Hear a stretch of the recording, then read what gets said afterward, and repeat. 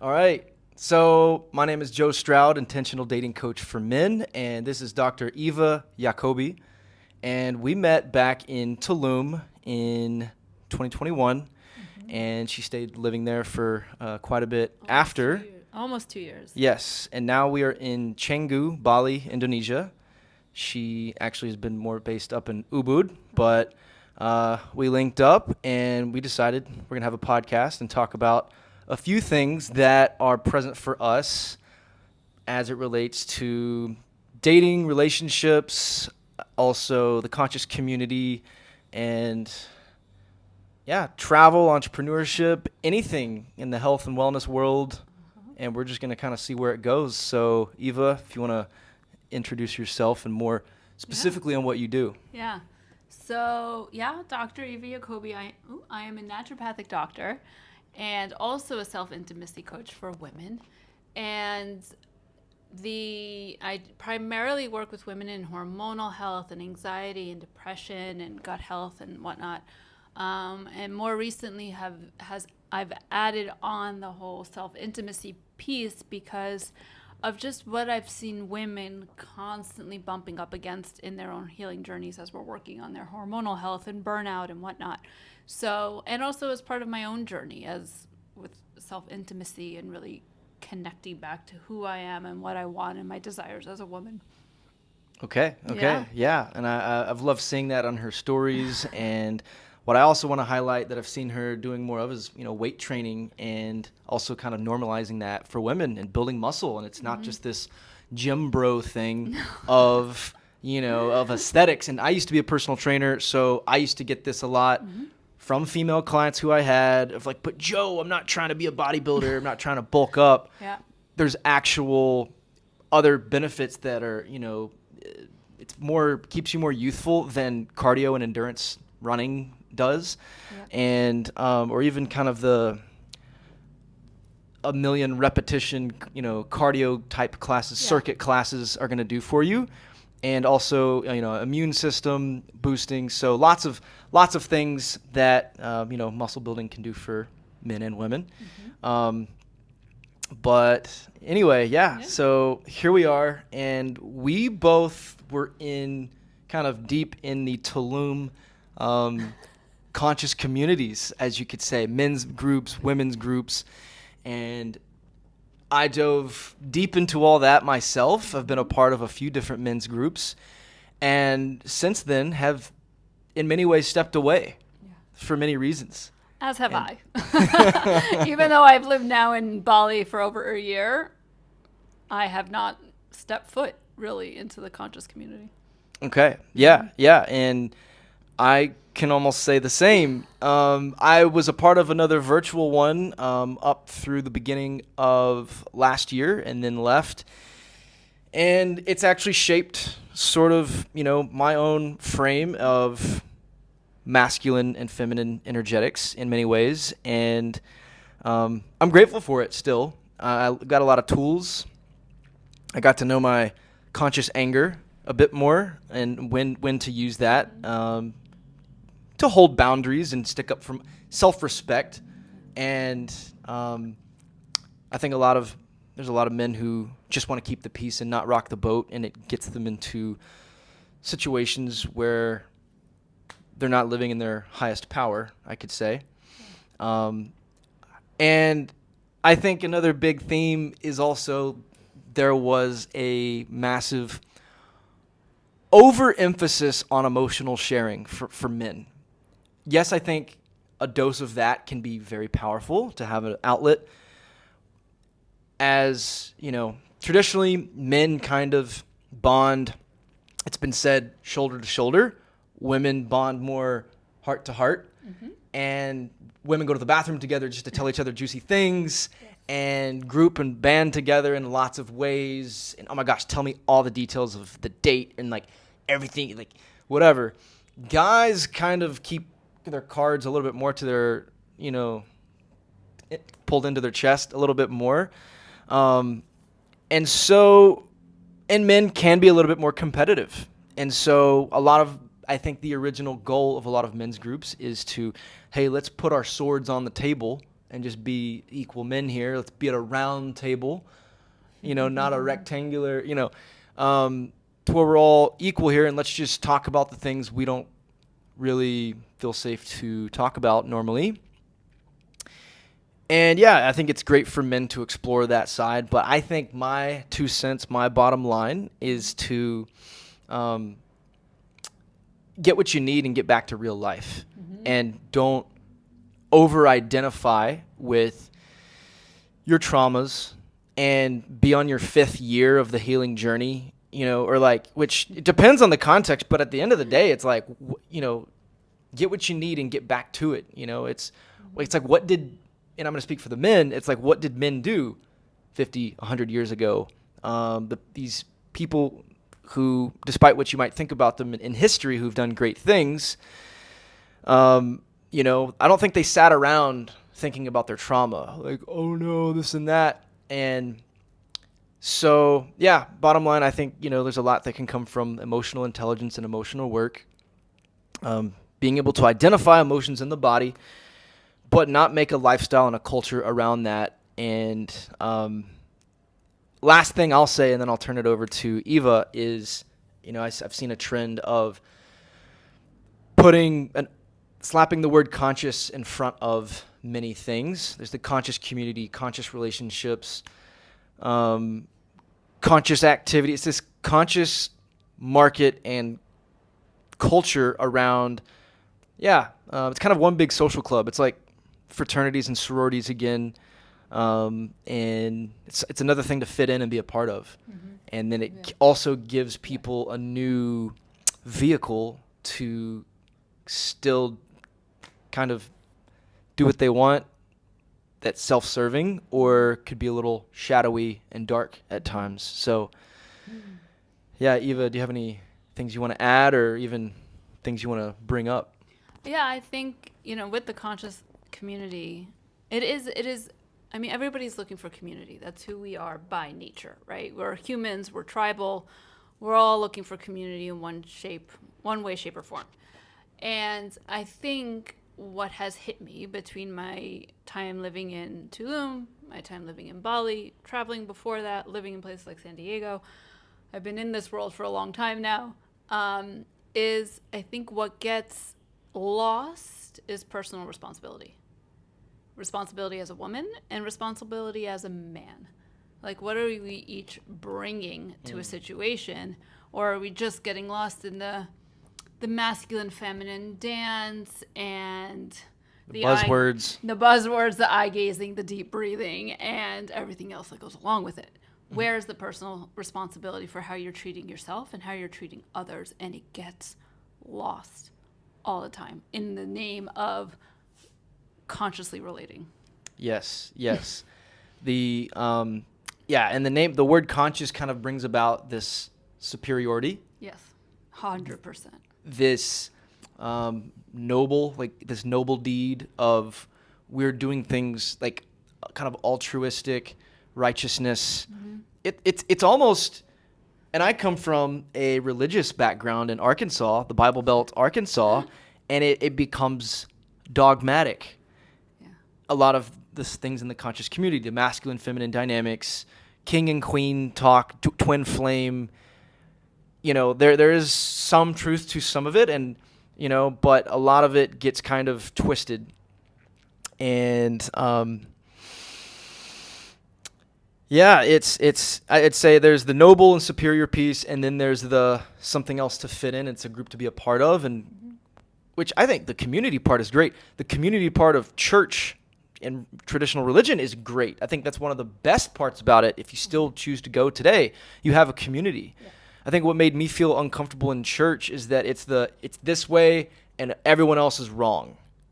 When I was a kid, I didn't even know that Islam existed until 9/11, and then like my mom had to be like, well, there's these people on the other side of the world that, and then later when I was in about 6th grade, I got a full in one of my history classes, a full education on all the other religions. That was my first exposure to Buddhism, Hinduism, and everything else. Judaism I kind of knew was there, but it was wrapped into the Bible, and we always talked about, Jews at church, but it was always kind of, the relationship between the two was always a bit cloudy for me because the Old Testament comes from that. But anyway, the dogmatic aspect, I think for me, let's see.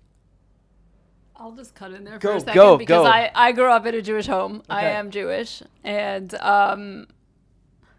father's side Middle Eastern, my mother's side is European, and there was a lot of, especially in the realm of like relating, men, women, sex, love, kissing, all these things. It was like all about modesty, and made everything around male and female interactions super uncomfortable, and it's been and like very hierarchical, and it's been a slow unwinding for many, many, many years. But it was very much this male dominated dynamic. And then there's the religion piece of just what's right and what's wrong.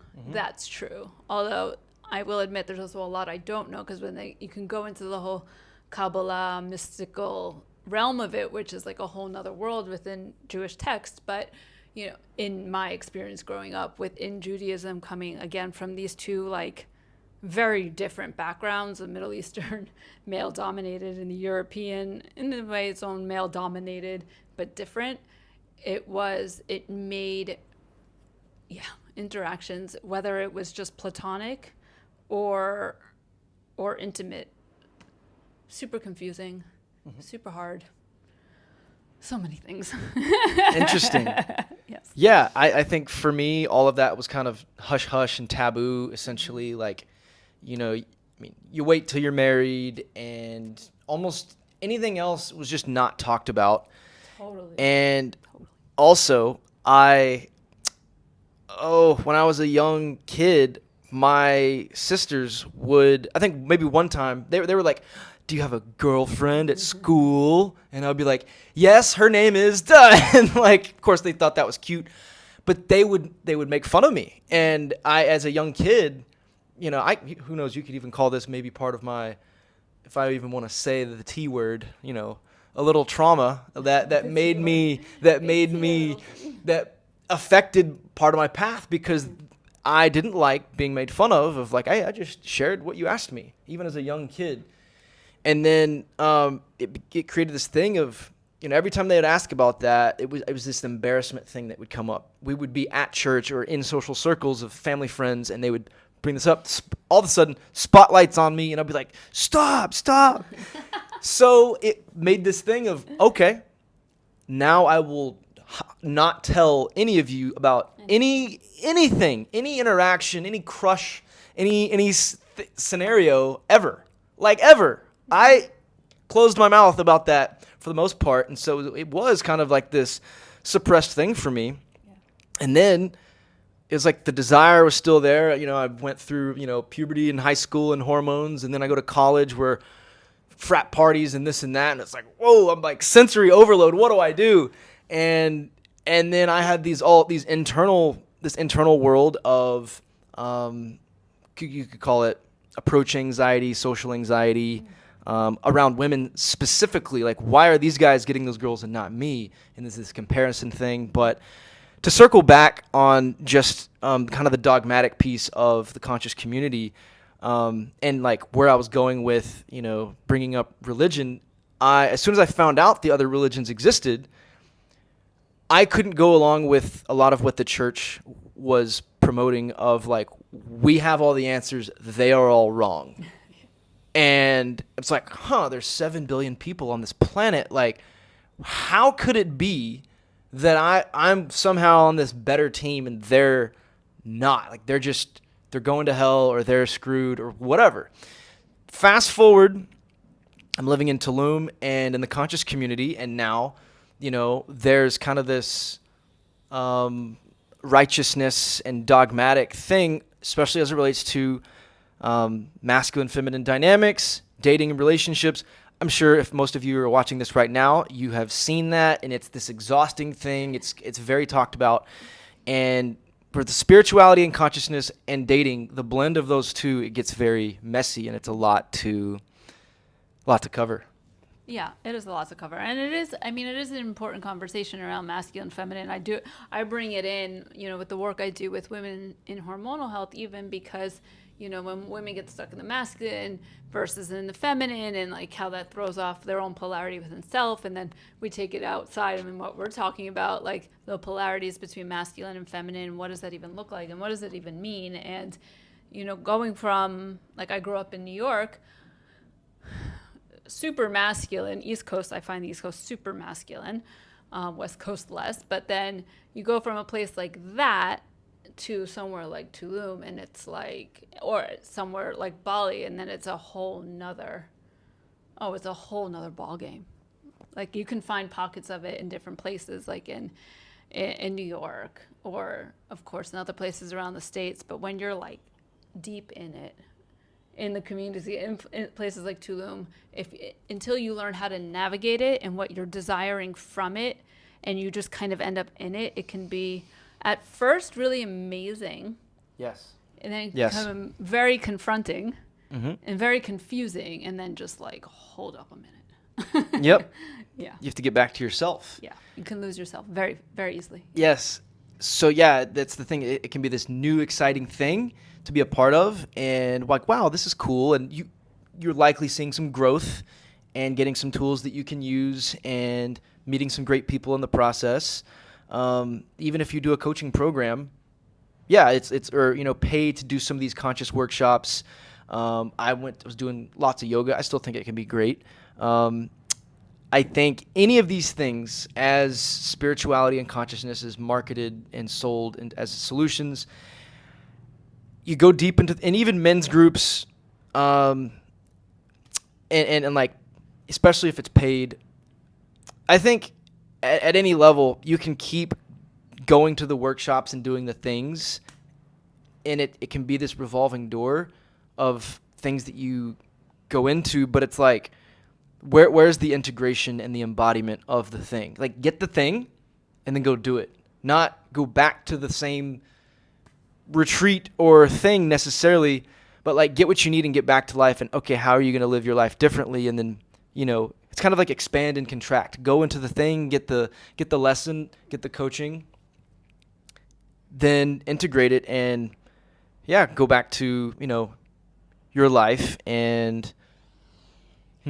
yeah. Well, I think what can happen is that there's an identity that can be formed around your trauma, Yes. and constantly being like going into the trauma. And I know I've been in this where, it was just about healing, and it's constantly about healing. And I deal with this all the time with my clients and my patients, where it's like, they're so connected to the identity of they need to heal that they don't even know who they would be if they weren't healing, right? So then they lose like just the ability to go out there and connect and be present and enjoy life. Present. Yes. Present, right? Yes. Because the reality is, like, all these traumas we're navigating, the trauma lives in our body, but what actually happened lived in the past. So are we going to continue to re-traumatize ourselves by constantly talking about it, or are we going to take the time, let it move somatically, do the work, get it through your body, get it,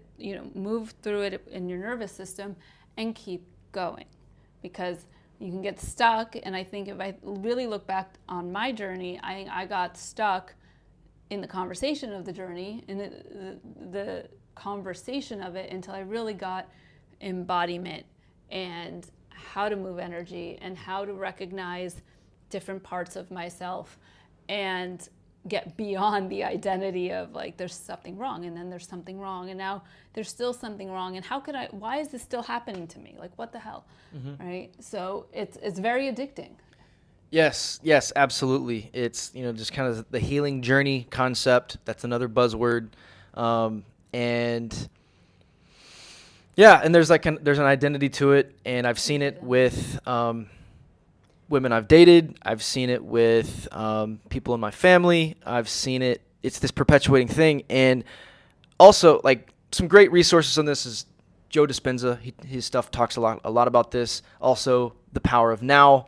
Both deal with kind of identifying with your pain from the past, like over, because you can never actually move past that if you're not come back to the present. So the power of now, that's what it's all about.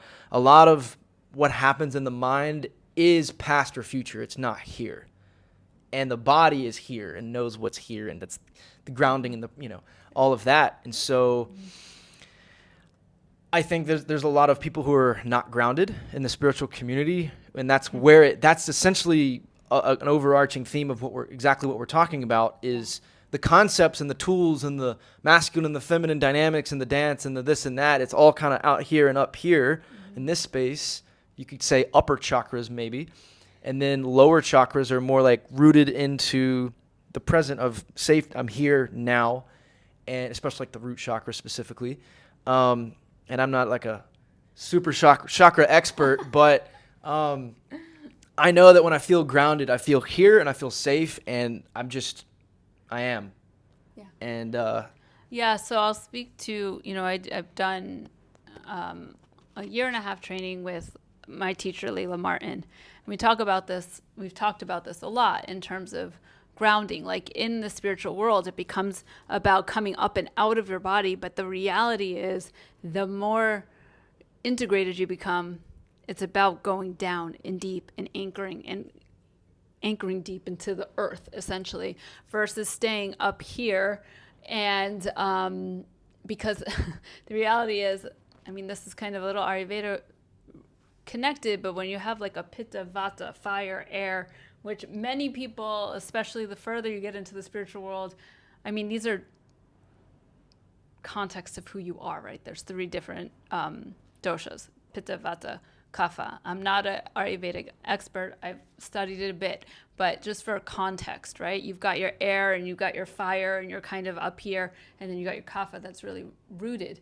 And the more you're in your air and fire, and the more plant medicine you do and you're up here and up here and up here, and the more breath, if you're not bringing the breath down, you get lost. That's why they say things like with Kundalini awakening, if you have not done the work, if you are too up in your head and you don't know how to bring the energy rooted back down, you will lose yourself. And I think that's what keeps getting lost, is that the work hasn't been done to come back down into the body, to anchor in, to anchor down. Because that's where the power comes from. Like you said, when you feel it, like where do you feel rootedness? You feel it in your pelvis, in your womb, probably in your cock. Yeah. I don't know, I don't have one. But like, right? Like where are you feeling groundedness? 100%. I can definitely speak to that a bit because, for example, when I see a woman I'm attracted to and I go approach, I have 1000% felt a spinning in my sacral chakra, which is the second one. And it's kind of, you could say maybe where your intestines are, but it's the sexual center. And yeah, I felt it spinning like, oh, here we go, I'm going. And then right above that deals with action and taking action and going for it, your solar plexus. But aside from that, like the root, I've definitely felt more centered when I focus on my lower body and my feet and my legs specifically. Would you agree that the lower chakras are more masculine and the upper chakras are more feminine?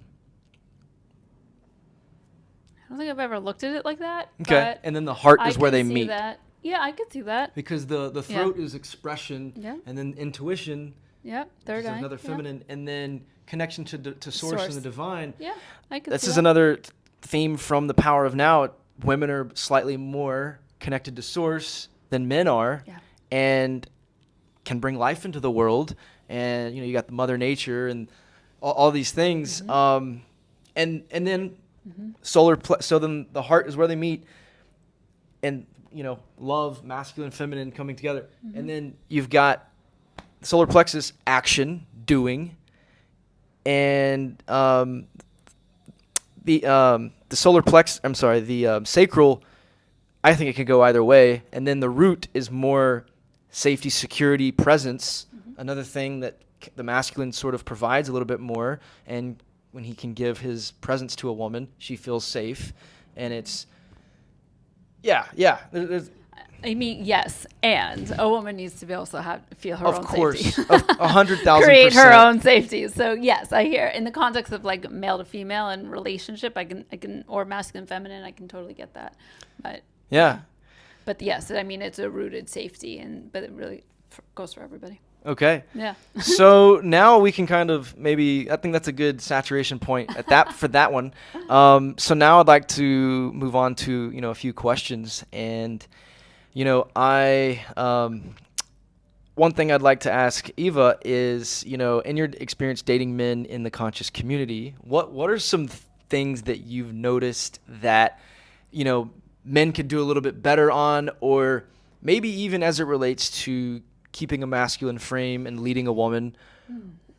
What feels present for you, and what's maybe something you can share that has happened before that you feel comfortable sharing, and just some feedback for the men? I think respect and boundaries is huge because I think it can get lost, right? Like yes, there's a lot of conversation and trying to go deep and then but I think there is at times it can go too fast, too soon, too much, which is the definition of creating trauma.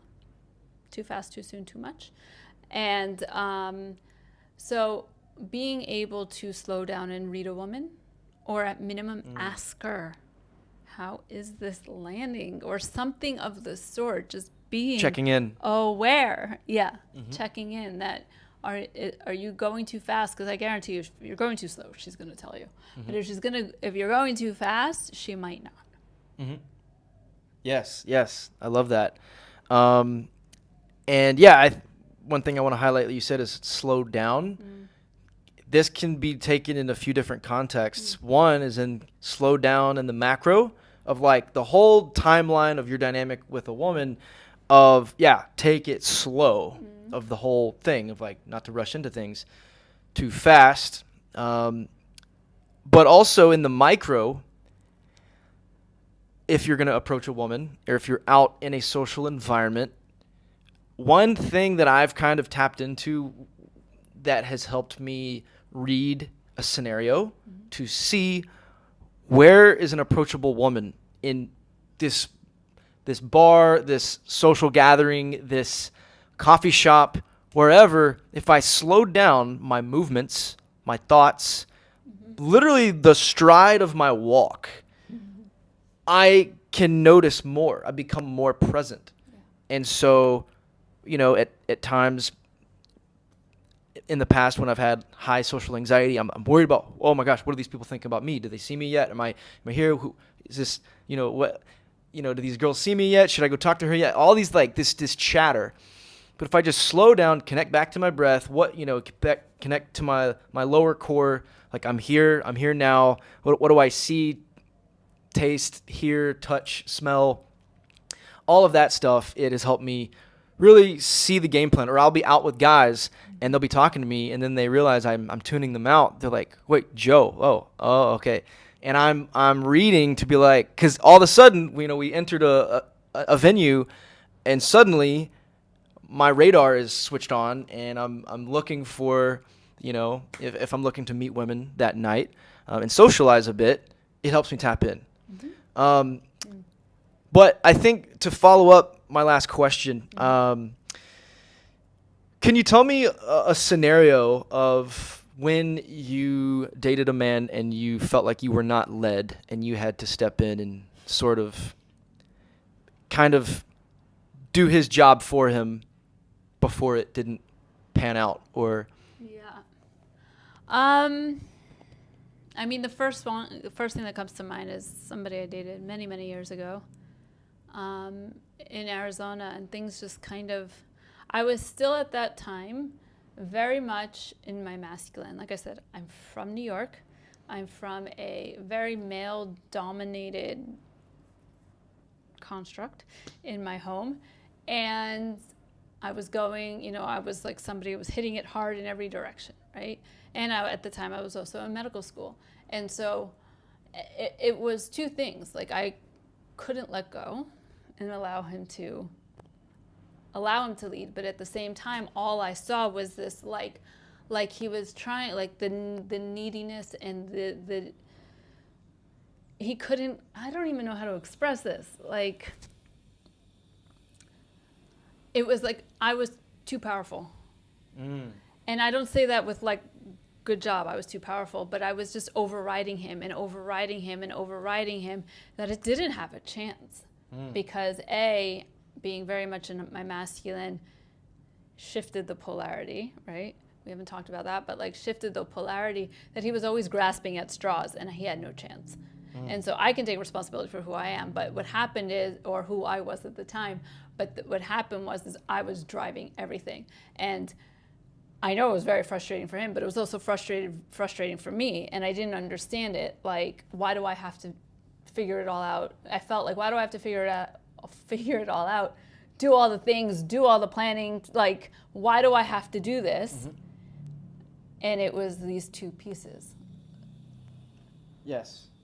And yes. It's exhausting. It becomes exhausting. Yes, 100%. So, yeah, I would say, I fell into some of that as well as being, you could say, a little too much into my feminine. So I was very go with the flow, smoked a lot of weed in college, was kind of like, I had kind of stepped away, once I went to college, I didn't go to church anymore because I wasn't forced to go. So it was kind of this rebellious phase, kind of, doing my own thing for the first time. But yeah, go with the flow.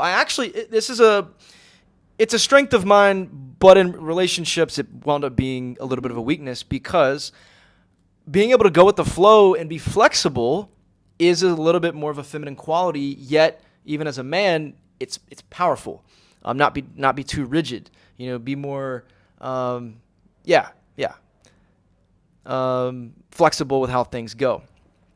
And so fast forward to even leading my own life as an entrepreneur, there's growth habits that I've had to learn and go through, and can't go with the flow with that. You got to do things when you don't feel like doing them. And in the gym, I've excelled in that over and over. I've gone to the gym when I'm hungover. I've gone to the gym when I got the sniffles a little bit. I've gone to the gym and I'm just not feeling it, but I go anyway, and I've never regretted going.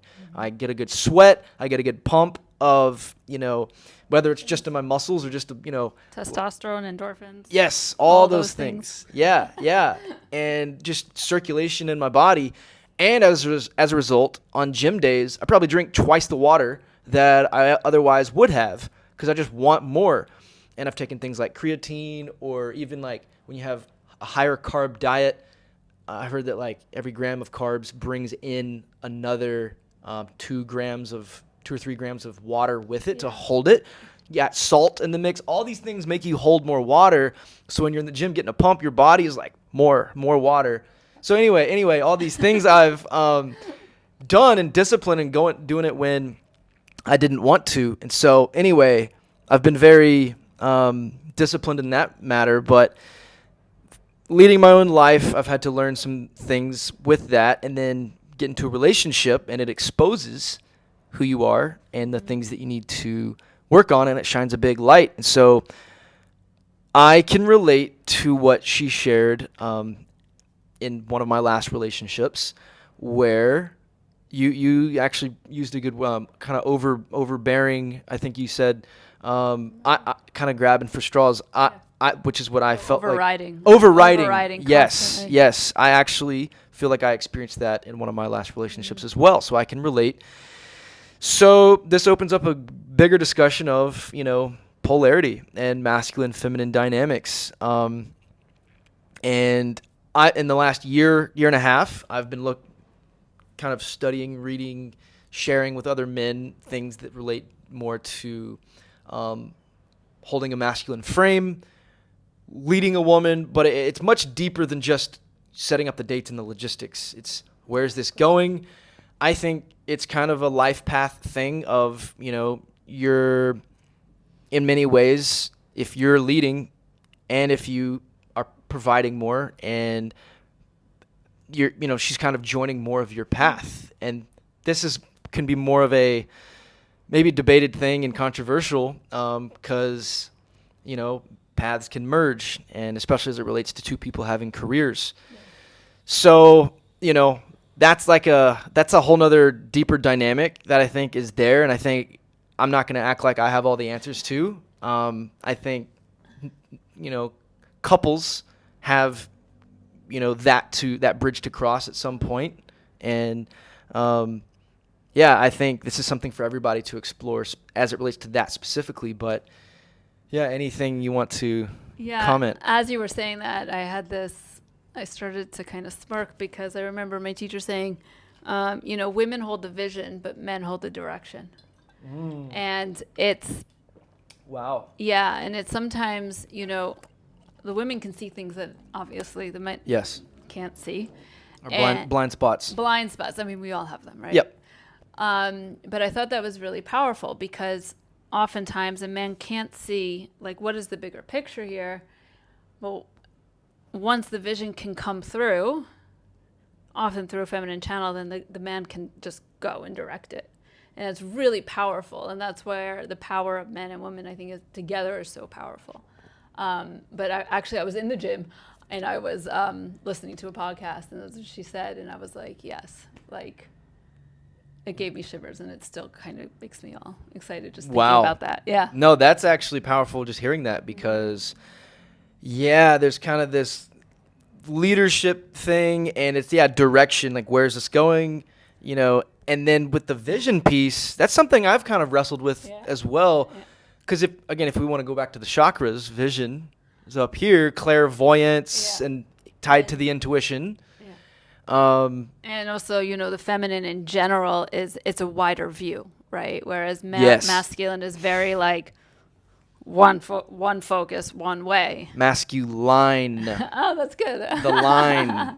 That's good. This is why if we're interested in a woman, we're gonna go for her, and there's gonna be like almost no question. We're going. So it's almost like a woman standing for the vision that she sees possible, that she knows is there. And then once it kind of lands, the man goes. Very interesting.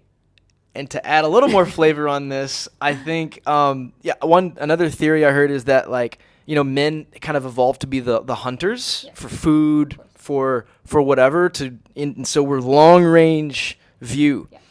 Women evolved to have more peripheral. Their peripheral view is wider for like safety of children, because they're around, like, knowing at all times what's my baby over here doing and what's my baby over here doing, and, for safety, nurturing, feminine intuition, knowing when something's off, and so this is powerful. Yeah, I mean, so much of it is evolutionary, right, and reproductive in nature. So you nailed it with saying that, it's like the male, one line, long term, like long vision, but not wide. And that's where the feminine, the vision can finally open up. And that's where I have to just bring in a little bit of sympathetic, like why people get stuck, especially women get stuck in the sympathetic, is because then they can't see, like, the sympathetic fight or flight. Yes. Right? Like, you can't see what's beyond, what else there is to see. But okay, that was a little bit of a slide. Very interesting. No, we can go off into I can go in so many directions with side this. tangents. It's okay. Another, and I'm forgetting part of the details of this, but the feminine has 9 in it, and 9 is like almost like part of the infinity, or like more of it makes a circle there, and so it's kind of circulating energy, whereas the mask is more like this. So I never heard that. Yeah, there's like a deeper, probably esoteric thing with that, as totally. However you want to take that. But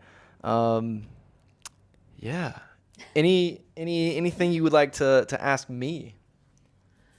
Or let's see, to ask the dating coach. I guess, what is it that you have come across the most that men are struggling with within the world of dating? Big question. Yes. a lot of it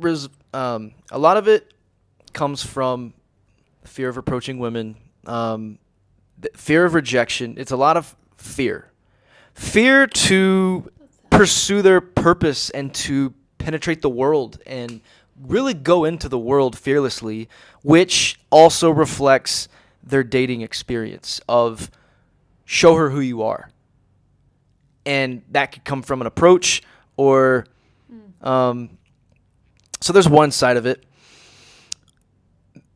If they are in the arena of dating, because they only get so far with apps, especially if they're, especially if they are not having success, and I think the apps kind of serve a certain percentage of the market, of the dating market, and then everyone else is kind of left for scraps if they are depending on apps as a crutch, because those economic distributions of who gets matched and who doesn't really apply if you're approaching in real life, because if you approach in real life, you have an opportunity to show who you are, and she can get a better glimpse of a first impression of you without just judging it from a profile. So that's one. The other side of it is men just totally exiting life and choosing to be in their cave and kind of take this incel path of being a victim, being mad at women, or, oh, I tried the dating thing and it didn't work, and just sort of like giving up. They're giving up, and that could be even in career, but especially true with women with their dating.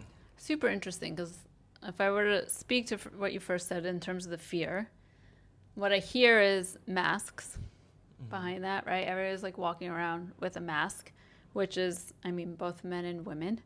And until you can drop the mask and be real, then it's not going to work anyways. Right. Right? Like, I was recently dating somebody, and he had the courage to say, look, I can't keep coming and acting as if I've got it all together. I don't have it all together at all. Now, it's not what I wanted to hear, because then he's like, I can't do this. And that was hard. But at least he had the courage to drop the mask. And I think because there is this needing to look good and needing it all together, and of course, like, how do you attract a person when you feel like a mess, right? Like, you feel like you have nothing figured out. It's really challenging. And even if, let's say, you've had a lot of success in work, in the business world or in your work, but other areas of your life, it can be feeling not so powerful. It can be really challenging. But what I hear in the fear of approach, and I know there's also an age gap. So between the two of us. So I also know I'm looking at it a little differently, or whatever. But what was I saying? Now I lost my train of thought. Number one thing men struggle with fear, dating. Yeah, with fear of approach. That makes me sad, to be honest. When I hear it that, is sad. I literally was like, oh. It is sad. It's really sad. It's why part of why I got into it. Yeah. And seeing a lack of responsibility and ownership of, this victim mentality of all women are this, all women are that. I even fell into it when I was in college, and I was in the Greek life, and I got kind of tired of the sorority girl, because I'm like, well, they're all like that. Like, that's literally all they are. Like, they're just, if I meet one, I know exactly what she's like and what she's like. And that definitely changed after college, and I just saw kind of that was like a construct I fell into. But I think let's just fast forward to adulthood. I think I see it from guys who are typically living in their cave and kind of being a little bit more techie, nerdy, playing video games too much time, too much screen time. There's screen time with the video games, with their tech jobs, and pornography, and apps are a whole nother flavor of that, because when you're on an app, and maybe let's just say you're an average looking guy and you see these smoke shows flying across the screen that you're swiping right on, and you're not even matching with them, but there's the possibility in the back of your mind. It's like a casino. It's like, well, I don't know if she could swipe right later, and it could pop up, and I could. It's this, because when I first got on dating apps, I would see that and I'd be like, oh my God, you mean there's a girl out there that looks like that? Like, here in the local community? What? Like, And it was tricking me. And I would match with some of them sometimes, maybe not get a message back, but it's like I might win the lottery on this slot machine. I might. Yeah. And it perpetuates this thing of maybe. And yeah, so there, go ahead. Well, I was just going to say, speaking to the victim mentality, I mean, it's not obviously, I mean, women are stuck in that as well. And especially when you take places, again, like Tulum and Bali, where the ratio of women to men vastly favors men. You hear constantly, men are assholes, men are this, men are that. And trust me, I've said it. I'm not, I've had lots of experiences. And all men are trash. All men are shit. No. Just kidding. Go ahead. But it's also, again, that's where I take it back to what's the responsibility. I even have had, family members like, Eva, who are you going to meet in Bali? Who are you going to meet? Like how, and it hasn't been easy. I'm single. I have not met the partner that I desire to meet. And I could keep leading with victim, or not keep. I could lead with victim, and I choose not to because I also have my own personal responsibility. Mm-hmm. Right? Like, there's that. But it's also that being aware of, like, we're always bouncing off of each other's wounding. Yes. It's just the reality of it. Whether we want to, I mean, that's what we see in the world, and it's crazy. But everybody's reacting to each other's wounding. And so then who do you then meet, and who do you actually connect with? And then, but the victim mentality of all men are shit and all women are crazy. Yeah. That certainly does not forward anything. Yeah, it doesn't help. Or get you closer to finding the person you want to be with. Yes, 100%. And I think some trends kind of in the manosphere that I've been looked into, been a part of, been speaking to, are kind of talking about some women at the extremes from, and I'll keep this short, but places like Miami, Vegas, LA, some of this culture that is notorious there, and it's far from authentic, and neither is it on the men's side.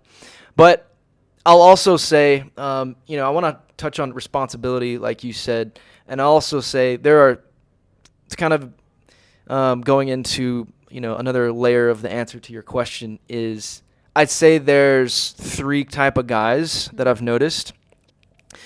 There's the guys who have got nothing on their plate, and they have no opportunities to, like, they also don't have, those guys also don't have many male friends in their life.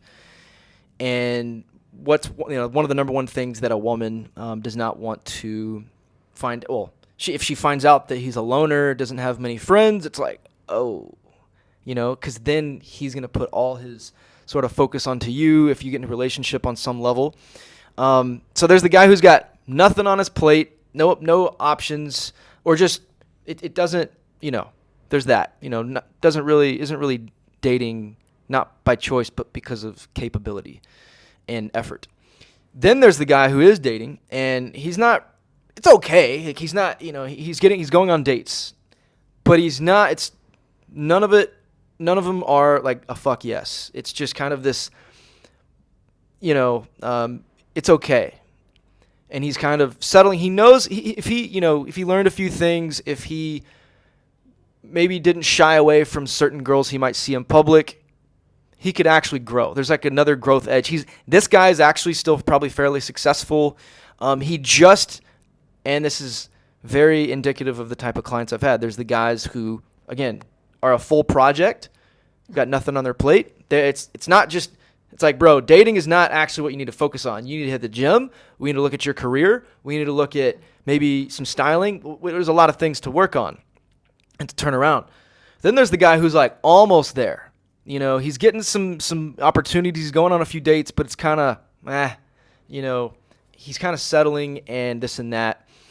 And he just needs a little more of a push of like, okay, maybe over here, etc. And then there's the guy who is excessively going on lots of dates and not really being accountable in sharing his intentions and what he wants with this woman, and she, this guy's usually probably very successful with women, and he's kind of in this revolving door and can't really step out of it or see the imprint he's leaving on all these women because they are kind of going along with his plan on some level in the short term, and then he leaves, disappears, and then now the next guy that left an imprint on her, and the next guy that she dates, she's kind of, well, I've just kind of got hurt from this guy, and then that guy that comes in after is kind of cleaning up the mess of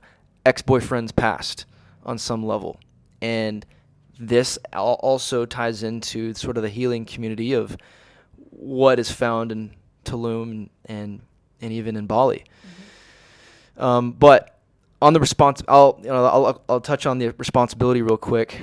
I think one of the big principles I have learned in men's work that I'm actually very grateful for is learning. One of the massive themes of being a man is responsibility. We have the burden of performance in kind of our role in society, and responsibility of keeping safety, whether that's physical safety, emotional safety. In order to do the physical, you need to be fit. Don't be overweight. Don't be eating junk food constantly in your mom's basement, you know. And I'd say planning and logistics are very much more of a masculine thing of, okay, we're going to take this trip and we're going to do this, this, and this. And this is how that's leadership. It's all leadership. Leading and directing the flow of where this is going. And so if things fuck up, you take responsibility almost no matter what. Now, obviously both people need to make sure there's, your side of the street is clean. But I would still kind of push for a lot of the responsibility falls to the man of kind of where things go, because you're also responsible for her heart as well. And this came up realizing this in some women I've dated. I'm seeing it now presently in my life in a few women who I've dated in the last year of, wow, I've got a deep connection with her, and I'm leaving, or the logistics of my life don't really match up to this, and I feel a little small heartbreak in myself, and I can feel it, and so,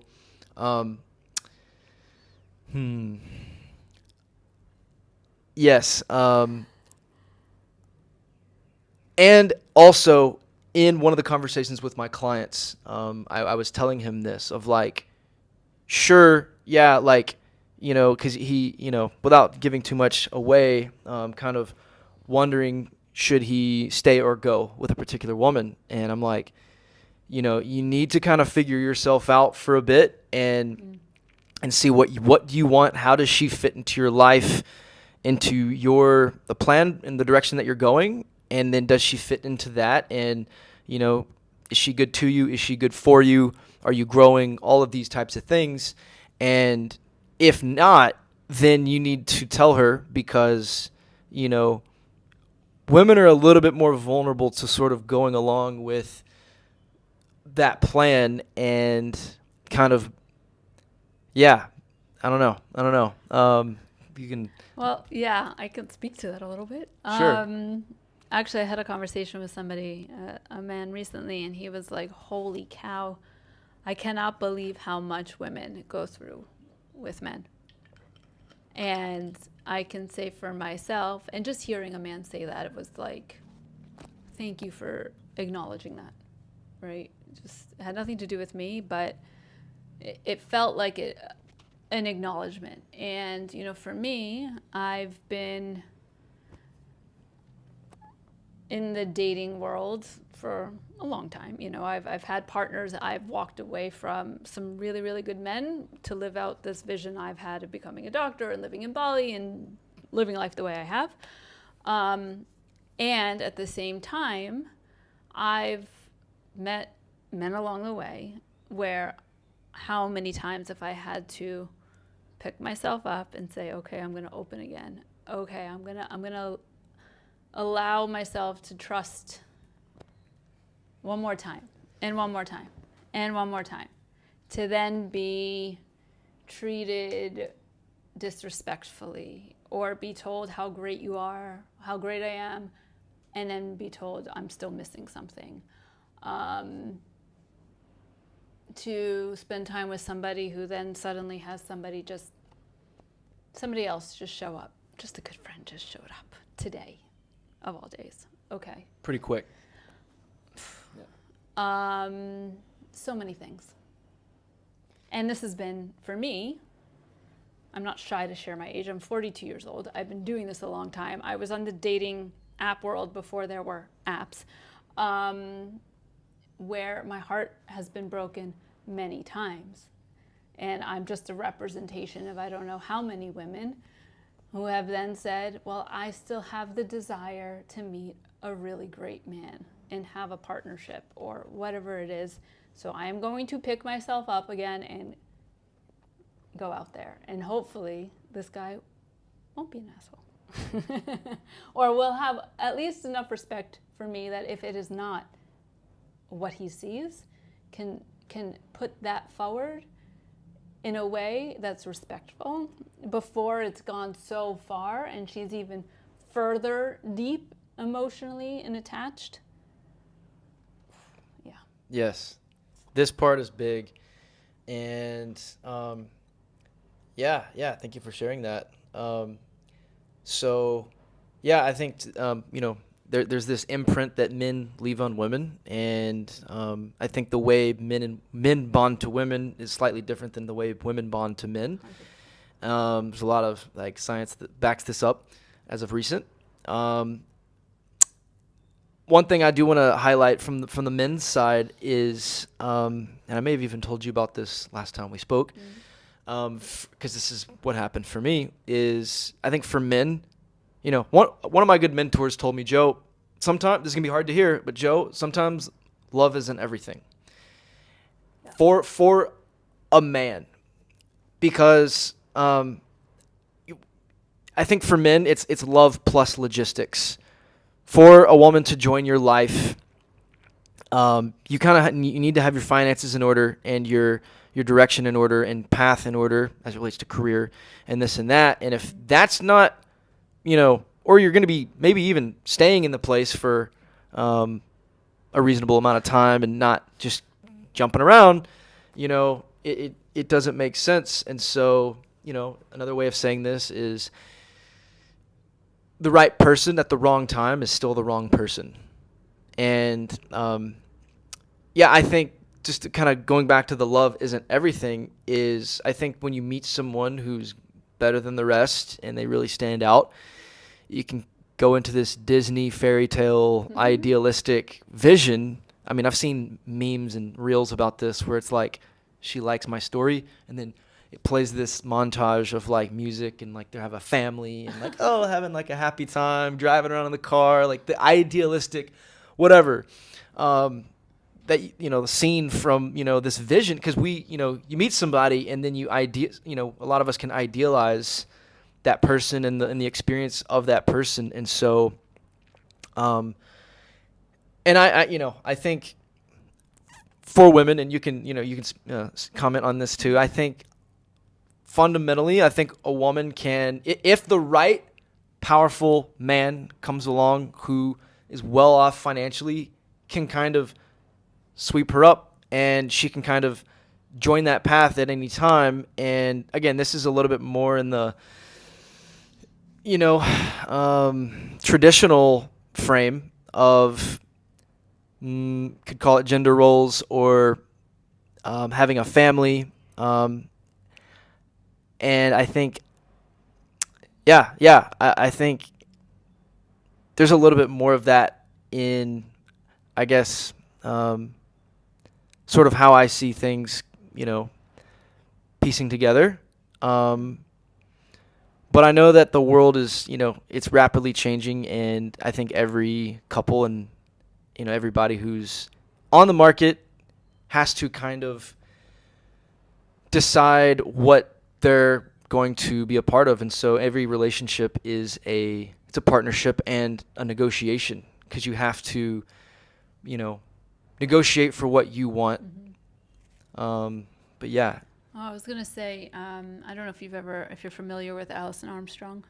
I am. Yeah. So I've read a number of her books, and then something that really stuck with me is like the stages of men. And she says, there's some men that, they want to build their kingdom and then bring in a woman, and other men want to build a kingdom along with a Ooh, woman. And you don't know who you're meeting, interesting. right? And I've connected with both, right? Where I've had men walk away with me because they're like, from me, because they're like, I can't, like, I haven't built anything yet. And that's painful because it's like, well, why don't we just build it together? And they're like, no, like, I've got to go and do this. Mm. Right. And that's hard because maybe like there's vision there, Mm-hmm. Mm-hmm. but he doesn't want to take that in that direction. Or and again, I think it changes a little bit as we get older, but like there's also there's the man that's like, yes, let's do this together. And those are two very, very, very different men. And what stage are you meeting as a woman? What stage am I meeting a man in? And sometimes it correlates to age. Not necessarily, though. Mm-hmm. Yeah. Very interesting. This sheds light on also, what played out in my last relationship, where I got started on the coaching journey and really getting serious about starting my business at the same time that I met my last girlfriend. And it's like which one was going to take the front seat, my business or her. Mm-hmm. And because the relationship takes work and a business takes work. Mm-hmm. And so both of them can require lots of bandwidth. So I think if we can talk, I think part of the vision and let's build something, you could look at that as like the business itself, like we are co-running a business, or there could be also there's the business side, but then there's the family and personal life side and the community side and the house and side of it. And there's many layers to it of what you're building. You can build community, you can build a home, you can build projects that don't have anything to do with making money, that are just for good causes. There's lots of hats we can wear and roles. So I think when roles are established of I'm gonna handle more of this side, and maybe if you can do more of these things, more of the creative side, the artistic side, I think that's a healthy discussion to have for anybody. But it's very interesting. I will say when I met her, looking back, it was tough I was doing it at the same time with her, but she wasn't really a part of my business. And also looking back, I did spend a lot of, especially in the latter half, a lot of bandwidth mending issues in the relationship, which made my business take a back seat. She also simultaneously was starting a business of her own, very similarly. So, you live and you learn, and I think there was a lot I didn't know at the time, and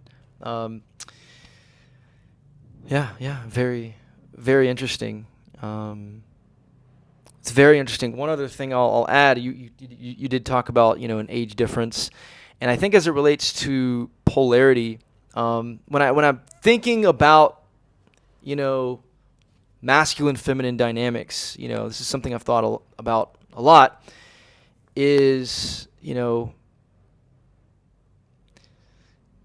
women have a lot of times are attracted to an older man, and men can sometimes be a lot more attracted to a younger woman. And it's like, well, why is that? And women, if we want to talk about hypergamy real quick, are attracted to a man who's many times a bit more advanced in his life or further along on his path, and kind of how should I say this? Established in who he is and his path. And then, for men being attracted to a younger woman, it's like there's kind of the there's the innocence and like the good girl of some of that. There's the dark masculine and the light masculine. There's the dark feminine and the light feminine. And you know, dark masculine is a bit more of kind of sort of the killer when necessary, the enforcer, the establishing order, even if it's unpleasant at times. And then the light masculine is more of the noble, the hero, the savior, the white knight. And then on the feminine side, the light feminine is more of like the innocent, like kind of, oh my God, like like the good girl, you know, that type of dynamic. And then the dark feminine is a little bit more of like the seductress, the woman who's very in touch with her sensuality, knows how to use it, knows how to essentially with her body call a man over from across the room and signal to him in certain ways and pull at him. Mm-hmm. That's a very strong power that can be, you know, used to manipulate at times. And on the masculine side, the dark masculine is a little more the power dynamic, the dominator that just take what he wants. So if we look at like history, another thing I thought of a lot of is like, if we want to look at like, you know, kings and queens and sort of the arranged marriage thing, and like there'd be some king over here and then he would marry off a daughter over here.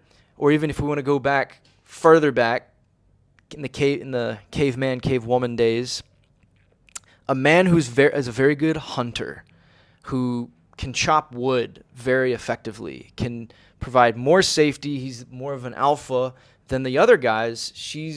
So he's confident, he's dominant. He just whooped that dude's ass. Like, he knows the best hunting fields and this and that.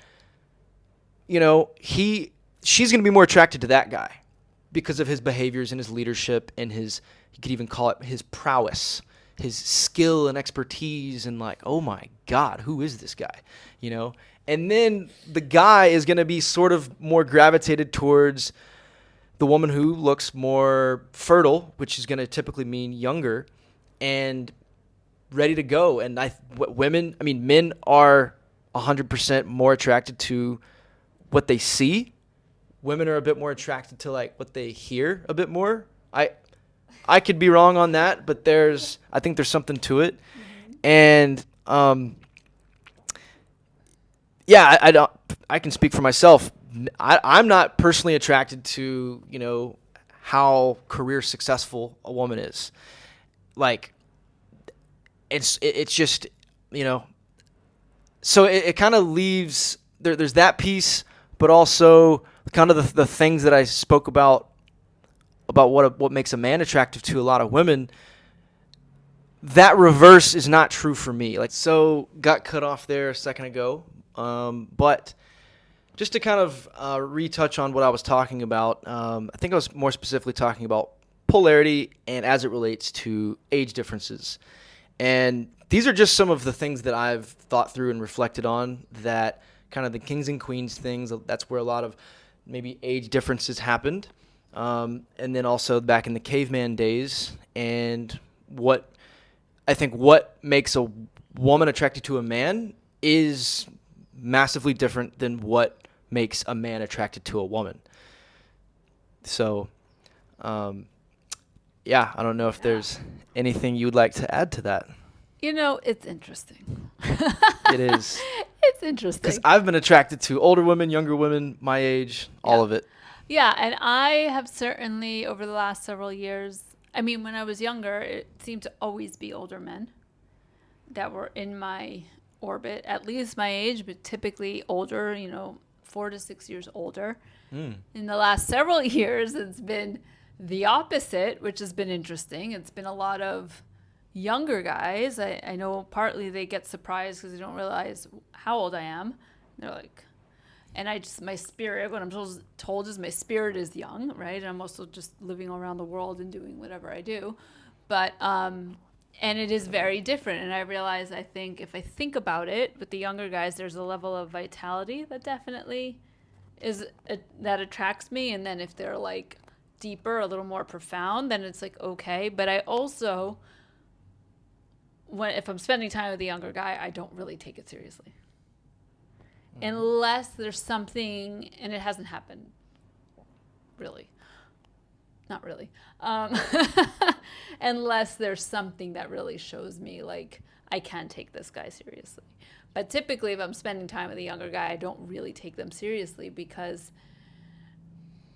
especially living in Tulum or in Bali, where these places are so transient. They're here for a month, they're gone, or here for even 3 months, or they're here for 2 weeks. Like there's only so much I can take seriously. I used to live with like rosy colored glasses that I'd be traveling and I'll meet somebody and like it would all work out. I know it has happened for some, it hasn't happened for me. But more recently I've met some older guys and I feel the difference. Like there is a different level of grounding. There is a different kind of resonance. There is, it's different. There's a level, there's a level of fulfillment that's different than just like the fun and play that comes with a younger guy. More meaning. More meaning. Yeah. Meaning and intention. Yeah. And I can say I met one significantly younger guy that kind of I was like really impressed by, but then I'm like, well, he's like, I won't say his age, but significantly younger than me. Like I can't, like there's nothing here. Yeah, right? yeah. I felt the same thing when I meet older women too, where I'm just like, well, this is fun. Like this is interesting, and yeah. Sorry. I was sent a reel by a friend of mine about this woman. What did she say? She said she was 45 and he was 29. And it was like an epic love story for 5 years. But he wanted a child. And she literally found him a woman. Wow. It's very interesting. Yeah. I think that is a perfect segue into a lot of the polarity talk and the age difference in even some of the gender roles stuff. I think it revolves around, do you want children, family? If not, you could throw out half of a lot of the stuff. It really doesn't matter.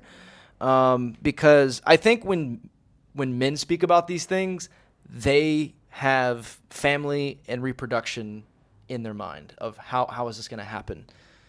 And still even have some years of marriage and partnership before the children enter the realm and that dynamic starts to take over the relationship, because now it's a family and not just a relationship. Mm-hmm. Yeah, I know men that have been frustrated by, they got married and suddenly their wife is pregnant way faster than they anticipated, and that was a source of frustration for many years into the marriage until it was kind of the curtain was pulled back on that, right? And that's interesting because I haven't heard that from a male perspective, what you just said, but makes total sense. And I know, for women, especially women 35 plus, where they're like, well, I just want, I need to find a partner. Like, I want a baby, I need to find a partner. I want a baby, I need to find a partner. And for me, I haven't fell in that bucket, but there's a consciousness there of like, it's a different kind of consciousness that I've ever had, because I've always said I want the partner, and if I find the right partner, then I'll have a child. I haven't found the right partner, right? I'm 42 years old. I have not found the right partner, right? Whereas I think a lot of women don't care about that, the right partner. They just want a baby. But then in my mind, a lot can go a little haywire with that, right? Right. They want the thing and not the person. Right. Or like, this could even be, kids aside, people just want someone to marry because they've been told that that's what you should do everything for that, to fit that role, because your parents want that, the church wants that. And I think I started, even just like girls in high school who went to boyfriend after boyfriend after boyfriend, and as soon as they were single again, boom, another one was already there. Is like, you just want a boyfriend. It's not, I don't think you really like these guys necessarily. I've always been amazed by that. Like, one of my closest friends growing up, she always was like from one to the next to the next. And then I'm like, how did you do that? Like, how does that happen? Because that's like so the opposite of what my experience has been. I've been more single than I've been coupled in my life. And so I'm always like amazed by men or women that are just like, they can go from one to the next, to the next, to the next. Like, how do you do that? Like, there's All committed relationship too, like that version. yeah, Like exactly. It's not just essentially, like yeah. play. It's like, no, I'm in a relationship. I'm like, I don't even get it. With like almost maybe not much of a break. No. Yeah, yeah. No, but I wanted to say something. What I'm seeing now as a woman that's 42 and single, like there is a need to really have that conversation in a different way and be willing to let go. Like you could say I'm on the cusp, but like to let go, if need be, to that man. Or let go of a vision or a version of what you think you wanted or whatnot. Sort of the idealistic thing that maybe any of us have had since we were a kid that is probably still likely there for a lot of us. How I would think at 29, I can't think like that at 42. Yes, 100%. I can't. And this is, I think this sheds light on, kind of the timelines of men and women and what they need to be thinking about at different stages of their life. And there's a lot more I could say on that, but I don't think I feel called to at this moment. You look like you're getting red, Joe. Well, I want to kind of, hold some respect, for you and it, Appreciate that. So to not go too far into some of that, because I was also talking to her earlier about, none of this stuff is absolutes, that we're talking about. Yeah. And I think that was one of the things that put me at peace when I was kind of in confusion and learning about all this masculine, feminine stuff, specifically in the conscious community and the newer dating and relationship era and conversation that's happening. And none of this stuff is absolutes. I think the way culture and modernization and careers has kind of changed the stages of life that people do things. Yeah. And I mean, not as many people are having families and having kids anymore. Not as many people are choosing marriage anymore. More divorces are happening.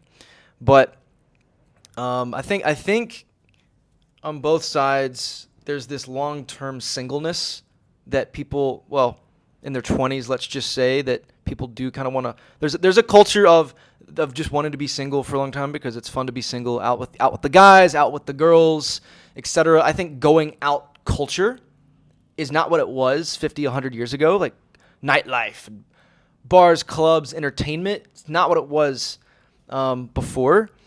And so with that, with adding a career into that mix and, a limited timeline for some, I think it makes doing it all harder within that timeline if you want a family and kids. I'll also say I think women develop a bit earlier than men and are emotionally mature sooner, or are able to, have a child, and they hit puberty sooner. And then because with that ability to have a child comes with, I think, more emotional maturity to be able to even go through that. Men, I think, they take a lot longer to develop, to establish themselves. And we used to have rites of passage. They're not really there anymore. Like no rites of passage anymore. Yeah. And a woman's rite of passage is when she gets her period, when her, and she's a teenager on many levels. There's lots of others. True, and it's not really respected like that. It's this thing that happens to women that becomes a pain in the ass, and I could talk about that a lot. So it is a very profound rite of passage that is not actually valued. Yeah, and I think it's part of the female experience that is nature's clear way of sort of showing her, like there's a role in that, and because attached with that is like, sort of motherhood, and it's like, kind of going back to what we were talking about, the peripheral vision and how we're literally designed differently.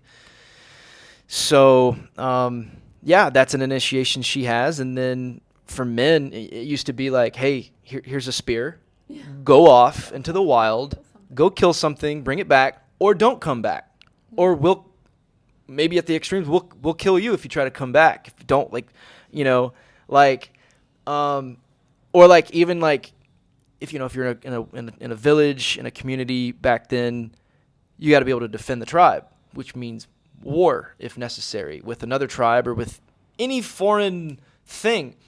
We have to know, or even with hunting animals, you have to be quiet, dude. Like, you cannot step on that twig. We're all in unison. We're about to get a feast and you just fucked it up. Or we're about to pounce attack on the enemy and you just fucked it up. You have to prove yourself. So whether it's be blindfolded or prove that you can keep your breath calm in different ways. I've heard of other practices with tribes. I'm kind of forgetting right now, but that's a bit more of the masculine development and rites of passage that have always been there, but now aren't really there. And in fraternities, it's like the drinking contest thing and the hazing, but that's like a very pseudo initiation.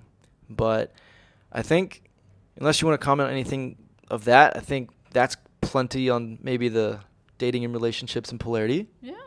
So is there anything else you want to cover as it relates to spirituality? I know you mentioned Tantra before, and kind of maybe pseudo-spirituality versus actual spirituality, and then maybe even to kind of as we get close to closing, things related to just living as more nomadic and living around the world and in these communities.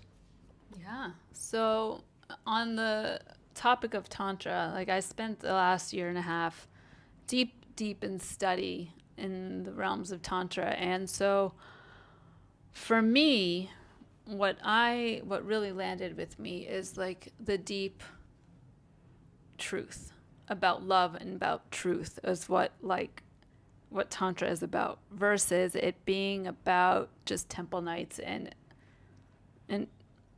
I don't want to say, but like an excuse for orgies, right? Because that's partly what it is. And living specific, I would say even more in Bali than in Tulum. There's even, because I lived here in 2019 as well, like the amount of stories that I hear of specifically women dealing with trauma after temple nights, after stepping into the Tantra community, because it's just about the sexual piece of it.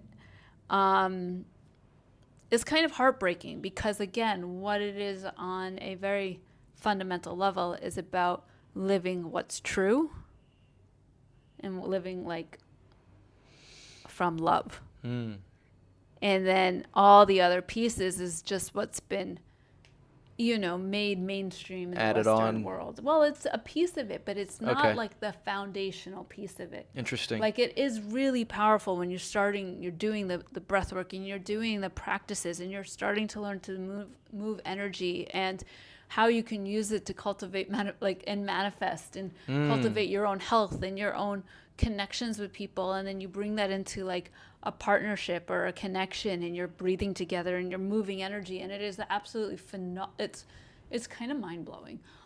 Very interesting. It is mind-blowing. Like, period. Yeah. It's completely changed me. But where I struggle is where, like, I've never been to a temple night because I don't want to step into that piece of it. And maybe that's my own bias and that's my own place of being closed. But I've just heard so much. And again, like, being so careful of where are you putting your energy? What are you exposing yourself to? And I'm very sensitive. Energetically, I'm very sensitive. And so I need to be really careful of that. Who I let in, who do I let in sexually, and who do I let in just energetically on a basic level? So,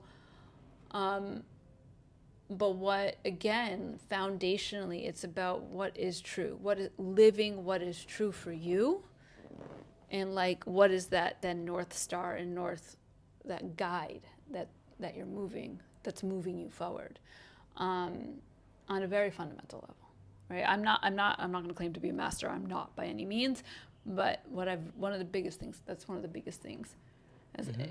as well as the energy work and like Interesting. other pieces. Yeah. So the Tantra thing, I heard about it first when I got to Tulum. I didn't even know what it was, and I'm still a bit unclear on it. You've just added some more color, but there's Tantra yoga, but I've also heard the distinction of there's a difference between Tantra and yoga, because aside from the yoga classes of like the physical, there's a whole yoga practice of the spirituality side of it. Almost you could even call it sort of a religion, and maybe Tantra has a bit of this. I had an interesting conversation with a friend of mine on my last podcast specifically, and I will share some of his distinctions that he told me. But first, I'd like to ask you, what is the difference in yoga and Tantra, and kind of the practices associated with them and the lifestyle that goes with it? I don't know if I can answer that fully. Okay. But they go hand in hand. Okay. I went to a workshop several weeks ago now by Ma Nanda Sarita, who is actually my teacher's teacher, and a gentleman named Risi. And they're actually combining. They're doing a yoga and Tantra teacher training, and like they're combining the two because they're like almost like the polarities of the two. Yeah. Right? I will say I did one time a Tantra Kundalini yoga class when I first came to Bali in 2013. And it was literally about awakening the Kundalini. And I did it, and the next day I was supposed to go on like this bicycle tour. I was completely leveled the next day because it was all this energy and all of this work down on the ground, awakening all of the Kundalini, the sacral energy. And it blew me out. My nervous system blew out my energy. I couldn't get out of bed the next day. So I wish I could give you a more succinct It's okay. answer. Yeah. I have notes. If I could get my notes, then I can read it to you. But Okay. I can't get it off the All top of my good. head right now. But I would say check out Ma Nanda Sarita. And she was, she lived with Osho or in his community for like over 20 years. And she's like a total master in this realm. Yeah, I think I originally heard of these things as different. So like different forms of different. yoga. So They are different. specifically, first you've got the vinyasa and the yin yoga and the hatha and all this stuff, and then there's Kundalini yoga, and then I've even heard Tantra yoga. Mm-hmm. Aside from that, I've heard of it's just yoga, and then there's Tantra. Yeah, it's like a completely different thing. Yeah. I've even also heard of Kundalini work and Kundalini things as almost different from yoga, like not Kundalini yoga. Yeah. And you just said all three in one of the so, and then now there's Kundalini activation process, which is a whole nother thing. Yeah. So I'm just kind of figuring out where to place some of these things. They're all connected, but they are all somewhat different. I know that, Tantra, there's the sexual side of it. There's also even with like food and pleasure, like, I'm just going to like stare at this food, and I'm going to listen to it, and I'm going to smell it, and I'm going to do all my feel it, and like before I can then consume. There's these different kinds of practices you can do with even food and all the senses and pleasure. The idea is like life as pleasure. Okay. Life is bliss, and you can live in that Eye gazing. state. Yeah, eye gazing and breathing together. Yeah. We had a conversation about this before we started. Yeah, and how some of this stuff can be used as a tool. It can be used as a phenomenal tool, but it also can be taken out of context to take advantage of people. Yes. In the realm of dating. Yes, in more specifically the conscious communities. Yeah. Oh, and then you asked me about traveling and living. Yes, but first, one thing in my previous podcast, a friend of mine was talking to me about is how yoga, and we can kind of last a little bit here and then move, but yoga is essentially all about the fight against the ego, to transcend the ego and arrive to nirvana, and kind of do all these practices and habits and good intentions and all these things to transcend the ego and then get there only through all this long path. Mm-hmm. Tantra says it's already here. You already are that, and it's here now. Mm-hmm. He even went to describe there's two books in like Hinduism that like one was like one family or two brothers of a family of a royal Indian family that one of them split off and kind of created yoga and one of them more represented tantra, and also the tantra is actually like thousands of years older than yoga. Yeah. There was a split, and then I think the brother that did yoga was kind of cast out for a bit. Anyway, I don't know Yeah. what any of that says to you, but any other comments on any of that specific to how yoga and tantra are different in your eyes? So, where Tantra is about like the ecstasy of life, the bliss, the pleasure, and yoga is really about like the individual meditative internal path. Okay. And so, and where Tantra is about devotion, you could almost say it's like really truly in the feminine, and yoga is Trust, trust. surrender. Yes, a lot of yeah, a lot of that. And yoga is a little bit more in the masculine in that it's like that aloneness, it's that meditative, it's that And even some doing. lots of doing, but yes. Okay.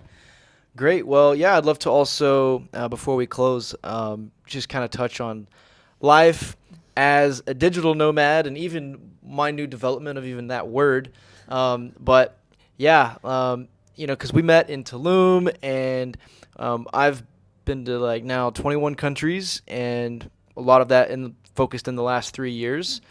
And I'm now at the tail end of my Asia trip. I did 2 months in Thailand, month and a half in Vietnam, a little over a month in Philippines, and now 2 months in Indonesia. Gonna head back to Thailand for just a little bit, and then to India before heading back to the U.S. And so, anyway, maybe as it relates to just lifestyle is what I'd love to touch on. What's it been like for you and how your path has evolved? It's so funny because I never really related to myself as a digital nomad. Yeah. I left the States 2012, I discovered Asia in 2013, and then I went back to the States for medical school and made my way back here. But in between, I also traveled a ton. I don't know how many countries I'm at. I'm at many. And lived in 5 states in the U.S. But I've never really related to myself as a digital nomad. But when I did come to Southeast Asia for the first time in 2012, into the beginning of 2013, it completely changed me because I knew this is how I wanted to live. So it guided just about everything from that period of time, including dating when I look back on it now. It changed the way you date, you're saying? Well, I realized that I don't think any of my relationships in the 10 years it took me from when I first came to Bali to when I came back here at the very end of 2022, unless I would have found somebody that wanted this life, none of them had a chance, because my goal was, I submitted my applications for medical school in the Gili Islands, and it was when I finished medical school and coming back to Bali, and I'm living here.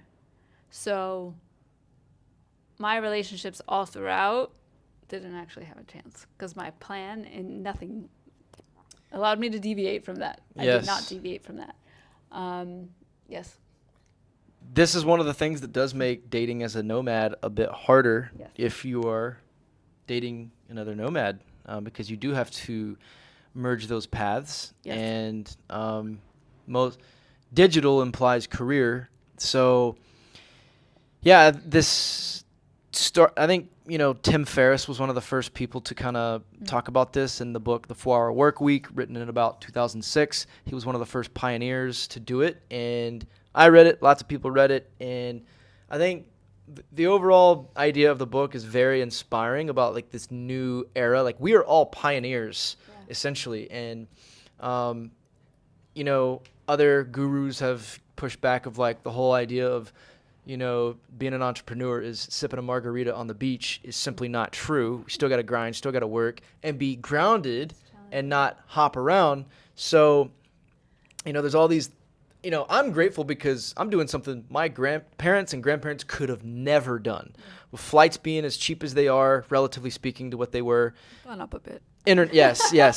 Just saying. Internet, Wi-Fi, 5G, Google Maps. One of my friends told me, he did some of this in like 2014 or 2013, and There was no Google Maps. Yeah. That's when I started traveling. yeah, you actually had to really do the thing and ask people directions, or I don't know. I wasn't really doing it back then, but It was completely different. yeah. So I'm grateful for the OMG. time that I'm alive and to be doing this. And more recently, it's funny. A friend of mine from Tulum, who's based in Medellin, Colombia now, and he's from Canada, wrote an interesting paper on kind of why digital nomads suck in a way, because we're very transient. We're kind of colonizing the areas that we go to and not giving anything back. Just taking. And there's some people from certain countries that I'm not going to name who here in Bali are notorious for tearing shit up. And it's, yeah. Yeah. No, it's Go. Go, Eva. It's been really hard to see, I think, because I started traveling again in 2012, and it was very, very different then. And when I first came to Bali in 2013, like, it was so different. It was so different. And I see the shift in the Balinese. I see the shift in the land. I mean, people are just coming in and they're buying the land and they're building. And on one hand, it's great. And on the other hand, part of what makes Bali so special is the land. And that's where Westerners, depending on, they see money, they see opportunity, but they don't see Bali, in my opinion. So it's been really hard to watch. It was even really hard for me to watch it in Tulum and I got there in 2021. It's not like I was there many years ago, but where they're just cutting down jungle to put up more and more apartment complexes for Yep. what? For what? For real. Yeah. And so it changes. Now that I've been doing this long enough, it changes the people, it changes the environment. I'll be honest, I never come to Canggu. I live in Ubud. I'm an Ubud girl. And Canggu did not exist when I came in 2013. It was not a thing. And it's been built for Westerners. Okay, I admit, yes, I like nicer things, nicer restaurants, whatever, but it's been built for Westerners. This is not built for Balinese, period. Yeah. End of story. 100%. And yeah, that's kind of another thing, and is we're kind of colonizing this area, and it's like a lot of the food you see, a lot of it's very Western. I can get tacos here. I can get there's sushi. There's all the cafes that have like eggs and bacon or waffles and pancakes. Like, that's all American, or you could maybe European. There's a very big Australian influence here. Australian too. Yeah, so we could just say all Western. And so even in Thailand, this was happening. I will say Vietnam, it was significantly harder to find my egg breakfast wherever I go. They don't, that concept is not a thing. They might add an egg to a fried rice dish or something, but that's about it. So we come, as Westerners, we've come because I'm putting my money. If I'm going to be here longer term, I'm not just touring it. If you're living here for, let's say, longer than 2 or 3 months, you're not on vacation anymore. You are living it. It's a lifestyle. You are a citizen in many ways, even if you're foreign and you got to do visa runs. And so you're voting with your money here. We're not voting for our money in the U.S., so we're here for a reason.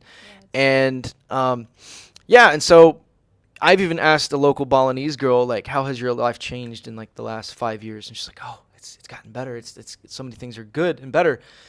And sure that I'm going to take that for what she said for face value. So it's modernizing. Yeah. And however, I would probably say she has lost a little bit of her her ways of how she grew up or how her parents did. I think there's two sides of it, because it is true. Like, there are definitely enhancements that have enhanced Their life here in Balinese lives.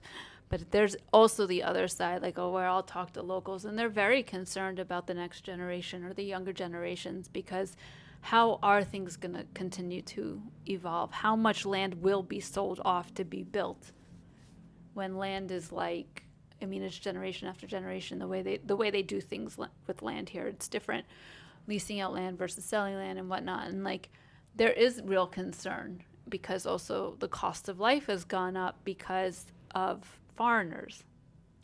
right? Yes. Significantly, like where people have come in and they just disregarded what the cost of living is here and just said, we're slapping this price on.